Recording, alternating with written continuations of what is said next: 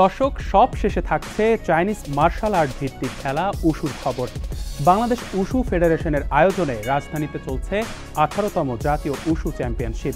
আয়োজকদের প্রত্যাশা, আন্তর্জাতিক অঙ্গনে উশু ডিসিপ্লিনে বাংলাদেশের স্বর্ণপদকের খরা কাটানো।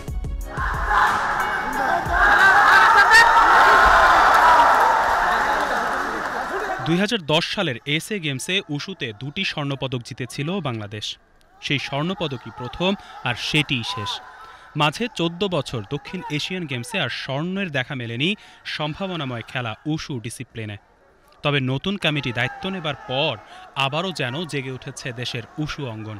তাই তো 3 বছর বিরতির পর আবারও মাঠে গড়িয়েছে জাতীয় উশু চ্যাম্পিয়নশিপ। রাজধানীর শহীদ সোহরাওয়ার্দী ইনডোর স্টেডিয়ামে জাতীয় চ্যাম্পিয়নশিপের উদ্বোধনী অনুষ্ঠানে এসে আসন্ন এসএ গেমস, ইসলামিক সলিডারিটি গেমসকে সামনে রেখে নিজেদের কর্মপরিকল্পনার কথা তুলে ধরেন বাংলাদেশ উশু ফেডারেশনের সভাপতি মেজর জেনারেল আসম রিদানুর রহমান। ইতিমধ্যে আমরা চীনা দূতাবাস বাংলাদেশের কাছে অত্যন্ত কৃতজ্ঞ যে তারা আমাদেরকে দুজন, এখানে জানেন যে উশু হচ্ছে চাইনিজ মার্শাল আর্ট, দুটো ডোমেন আছে, একটা সান্দা যেটা ফাইট, আর একটা হচ্ছে তাওলু যেটা হচ্ছে ডিসপ্লে। এই দুটোর জন্য তারা চাইনিজ একটা ইউনিভার্সিটি থেকে আমাদেরকে দুজন প্রশিক্ষক দিবেন। একজন প্রশিক্ষক অলরেডি এই মাসের 15 তারিখে জয়েন করেছেন, আরেকজন প্রশিক্ষক আগামী মাসের 15 তারিখে জয়েন করবেন।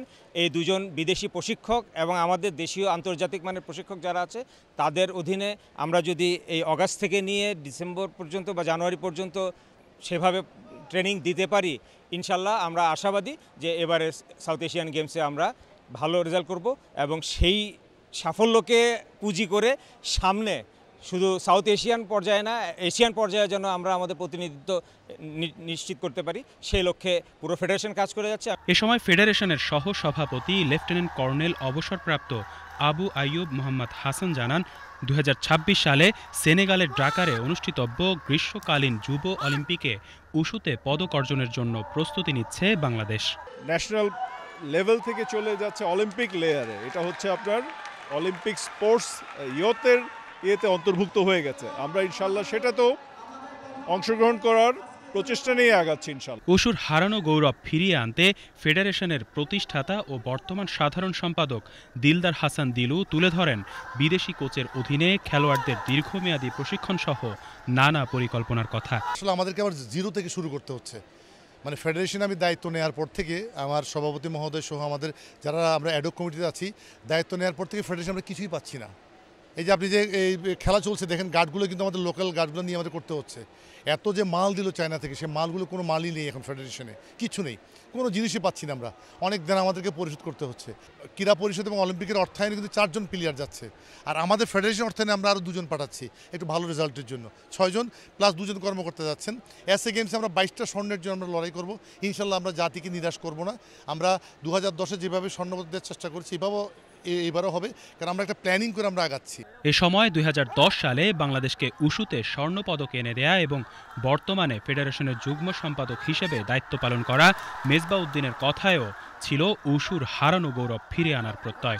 প্লেয়ারের দুর্বলতা হচ্ছে আসলে প্রশিক্ষক, ভালো প্রশিক্ষকের প্রয়োজন এবং ভালো পরিবেশ দরকার এবং ভালো মানের ফুডিং, তারপরে আপনার হচ্ছে লাইফ স্টাইলও ভালোভাবে হওয়া দরকার যে একটা প্লেয়ারের ভালো করার জন্য।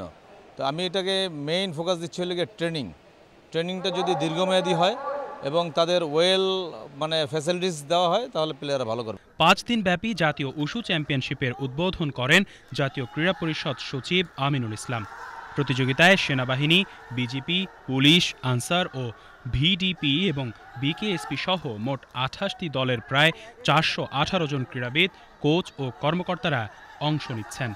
পুরুষ ও নারী মিলিয়ে এবার রয়েছে 27টি স্বর্ণপদক event.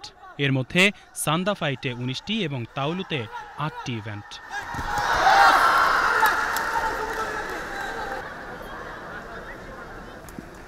Our winner for this match from Bogota, Sadir